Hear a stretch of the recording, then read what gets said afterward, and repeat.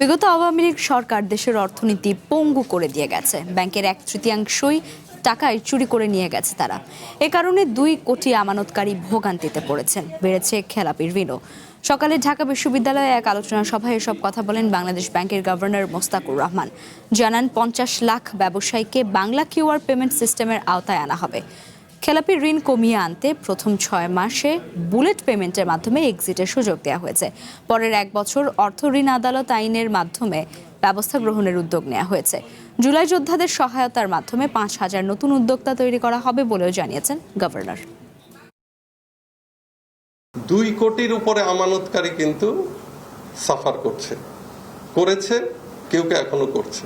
আমরা চেষ্টা করছি এই অবস্থা থেকে কিভাবে বের হয়ে আসা যায়। এবং আপনারা জানেন যে বাংলাদেশ সরকারের আমরা অনেকের ধারণা যে বাংলাদেশ ব্যাংক বোধহয় ইচ্ছা করলেই টাকাটা দিতে পারে না।